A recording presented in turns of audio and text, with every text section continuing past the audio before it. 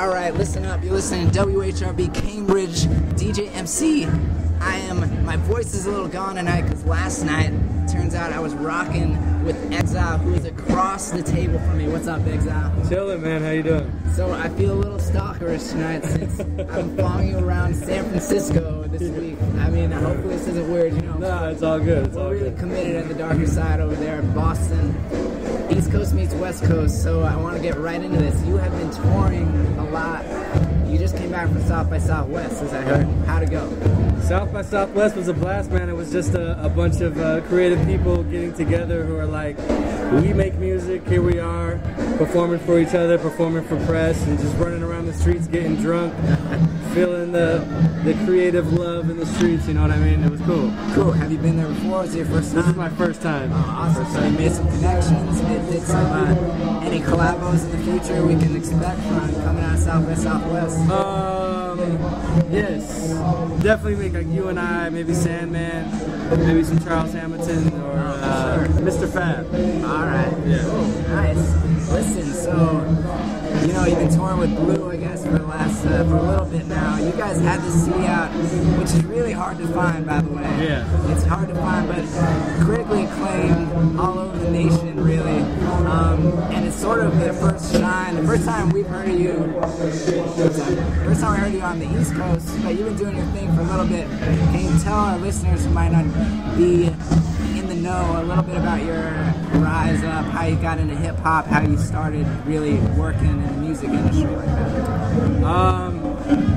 It started, I guess, like becoming a fan of like electro and stuff when I was younger, going to like the roller skating rinks. You know, there was a lot of b-boys there, and I was a little kid like in awe of the whole thing. And from there, I went to, you know, listening to Run DMC, Michael Jackson, to LL Cool J, who was like, I was a huge LL Cool J fan. I used to memorize his records and do performances at my house, like lip syncing for my mom and shit or whatever. And then I just, throughout all that, I learned how to scratch with like a home stereo system that has like the tape deck on the bottom, the radio in the middle, and the turntable up top. And I would hold down the tape button and hit the phono button. It would act as a transformer. Then from there, I learned how to make loops with tapes. And then from there, got a 4-track and a push-button sampler. From there, I got the Roland MS-1, then eventually the MPC. And in between that whole time, I was always like rapping and doing graffiti and beatboxing, just hip-hopping out. I still listen to Depeche Mode and like the Doors and shit too, though. But Under the radar, not at hip-hop shows, though. You know? Yeah. So, you are like kind of like a genius on the MPC, as I saw last night.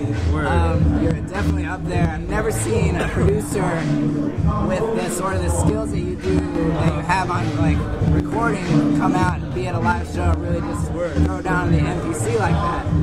Where did you when did you decide to sort of, hey, the MPC is my instrument, like let's go with this? Or was it just something that, you know, I'm gonna do it? Well, I was always like a finger drummer and a beatboxer.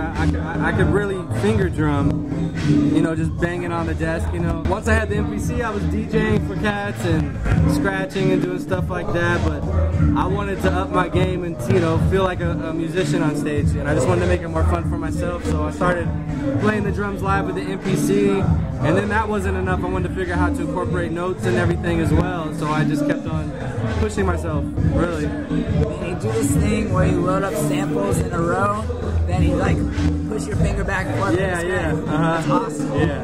So you do all this crazy technique stuff, and it just comes across. You have this project out right now. Yeah. I told you a little bit about how I felt about it personally last night. So I'm shaking his hand right now. It's incredible. We love it out there. I mean, it's the Exile radio. It's all completely, every single sound now, it says it's in the notes. We'll get it from the man himself. Every single sound is from the radio. Every drum, everything. And it's just, the music is incredible. If I didn't know that, I would be amazed already.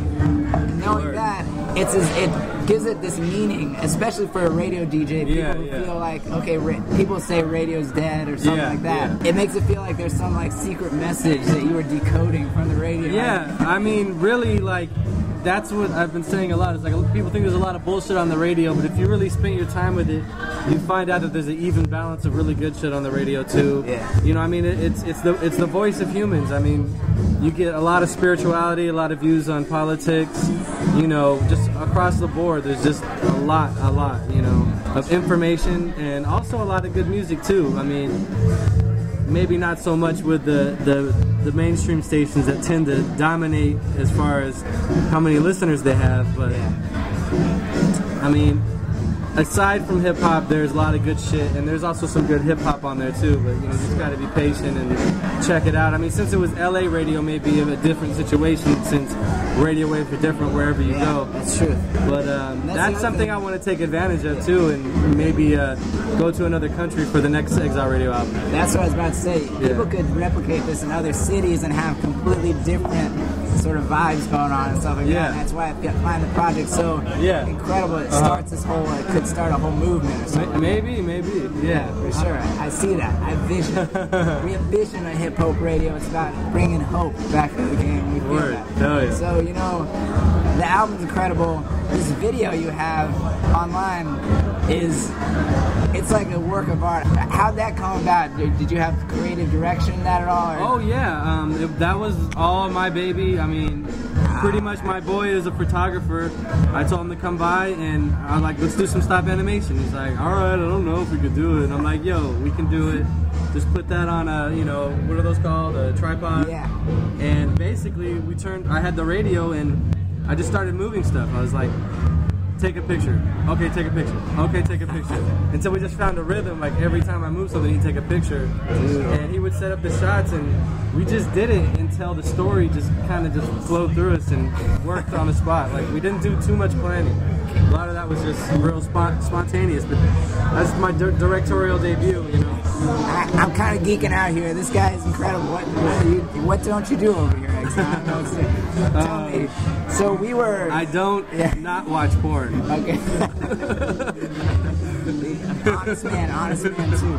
So there's a whole East Coast. So I'm from Boston. Yeah. A lot of times you don't get a lot of West Coast sound going on out there. A couple weeks ago we went to see Jay Davey, did an interview with them. Yeah. And at that club, maybe 15 people showed up. And they're incredible. Yeah.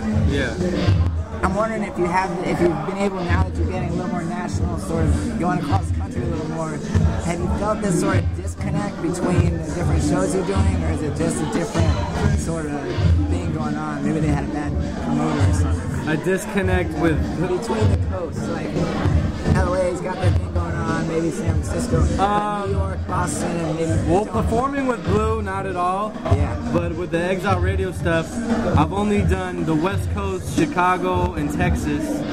We're about to do a Canadian tour, and then I plan on setting up the East Coast tour, and then I'll be able to answer that question a little better. Okay. All right. But any help out there for getting the East Coast tour together, please. Oh, trust me, we'll get on that. Okay. Sure. Sure. Out of Boston. Word. I like colleges. I love that. College radio is big. Please.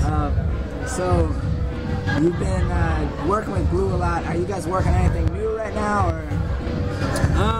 I've given him some beats for his new project. I think it may be a majority of a different producer. I don't know if he wants to reveal that yet. All right. But we're still making stuff. He's actually rapped on some of the radio stuff. I'm going to be releasing some of that too. So yeah, we're still working together. Very cool.